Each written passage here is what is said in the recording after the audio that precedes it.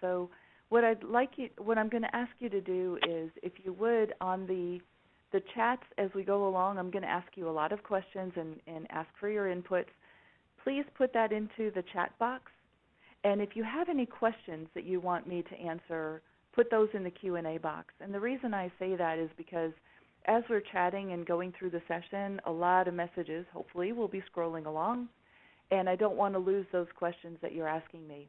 I'll address the questions as we go through, if there's an appropriate time.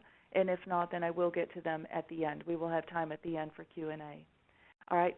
So welcome, everybody. As I said, we're going to have a very interactive session, and you are going to help me determine how we're going to plan and manage an engaging learning program. So what we're going to do is start out by going today. We're going to take a trip back in time.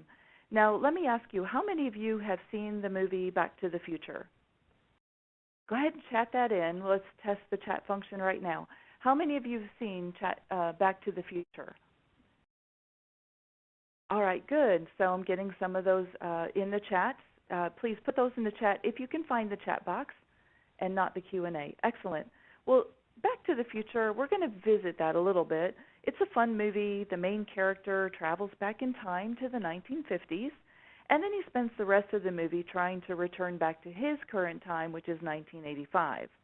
Well, you know, for us, 1985 was a long time ago, right? That's our history.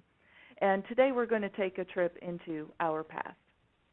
So in order to do that, I want you to think back to your first day of high school. For some of you, it'll be a more recent memory. For others, maybe a little bit longer ago. So think back to your first day of high school. Now, I hope this is not going to be too traumatic for anybody, because I have to admit, if I had to go back to high school today, it'd be kind of a culture shock. But And honestly, I know that I sometimes still have dreams about being back in high school and not being able to remember my locker combination, right? So we won't need our lockers today, just memories of what the first day of school was like. Okay, so remember your first day. Okay, I like that. Who hasn't seen the movie? Well, you never know, right? You never know. But at least you've heard of it. So let's go back let's think back about our very first day of high school. When you arrived at high school, were you just handed a bunch of books and left to wander around the halls to figure out where to go and what to do? Were you just given a stack of books and said, here you go, have at it? Is that what happened? Go ahead and chat it in. Tell me, is that was that your experience when you first showed up to your first day of high school?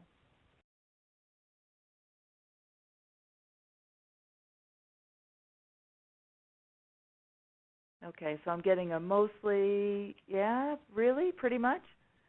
So you were just handed a bunch of books and you just said, okay, wander around the halls, figure out where your classes are, figure out what you need to take. You'll figure it out. You'll wander into the right room eventually.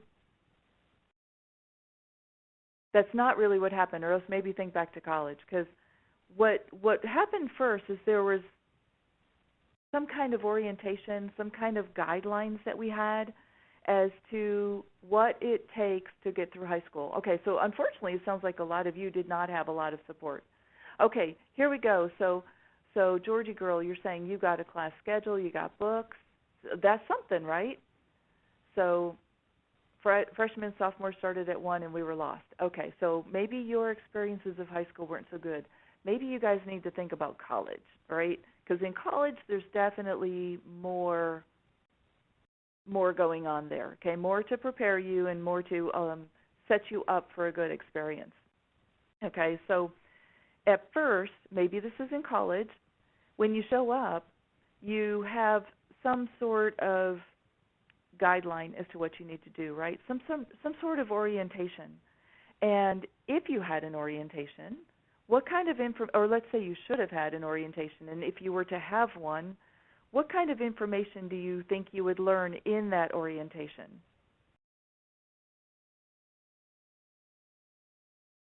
Yeah, so good, orientation. What kind of information should be included in an orientation? What do you think? And Georgie, you've already answered some of this, right? The school layout, the expectations, excellent. Keep them coming. Rules, Georgie said earlier she was given books and a schedule. Good, a schedule. Thank you. All right, so yeah, we had a schedule of all of our classes for the semester.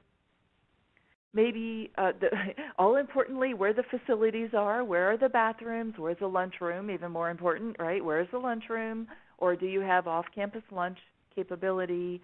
So you were given the rules, the guidelines, the schedules. So let's say you got your schedule and your first class was English. Now, when you go to class, you show up in your English class, what did you get there? Okay, I like that. Culture, objectives, good answers, good answers. Keep that in mind. So when you show up to English class, what did you get? A syllabus. Okay, nice. So you get either a syllabus, maybe you get an outline. Maybe not all teachers were organized enough to have a full syllabus, but they would tell you your major assignments. I like that, Bob. How do we get an A? Okay, yeah, that's what we're told when we first walk in. What's their expectation so we can get an A, or so that we can pass if you're just hoping to just pass, if that's all you care about. So at least they told you what your major assignments were, what those due dates were, if you had any big tests or big papers that were due. They gave you that, right? So they gave you some kind of advanced knowledge of what was expected so that you can manage your time and get the work done. All right, so in thinking about that first day, hopefully some of you didn't, but hopefully you would have had an orientation. You were given a schedule of all your classes. You had to be given some kind of information, right? So you had a schedule of your classes that told you where and when to show up. And when you did show up for class, you were given some kind of a syllabus or a schedule that listed your assignments and the major deliverables so that you knew what you had to learn. So what we've gotten so far is the what that we have to learn, right? So what we're given so far is is structure. All right, yeah, I like that. So due dates, A's, how do we get an A? Due dates for tests and papers. So what we're given so far is structure. So we were provided with the structure for our learning. Okay, now that we've got structure in place, now let's say we've established some kind of structure. So now let's think about the actual learning itself. Picture yourself in class. What was one of your favorite classes? Someone shout out, what's your favorite class? Or what's a class that sticks in your mind, good or bad? Okay, math. Okay, Robin, that's an interesting topic. People either love or hate math, right? So the first two answers, math and algebra, I like it. So you're now in math class, all right? What kinds of resources and tools did you have available to help you learn and get through the math class?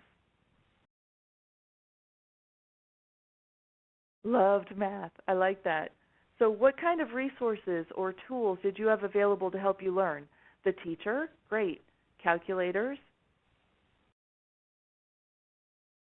Earlier, books were mentioned. That certainly is part of it. TAs? Good. Teaching assistants? Maybe video? Hi there. Hope you enjoyed that last clip.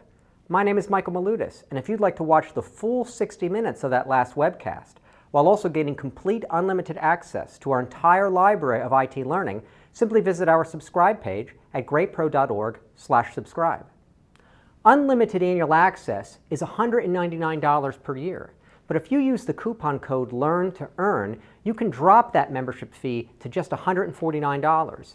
That's less than $13 per month for unlimited access to over 1,000 hours of on-demand career development, covering the entire spectrum of IT management best practices, including business analysis and requirements, software development, quality and testing, risk management, process improvement, project management, and even digital transformation. But your membership doesn't just give you unlimited access to our vast learning library.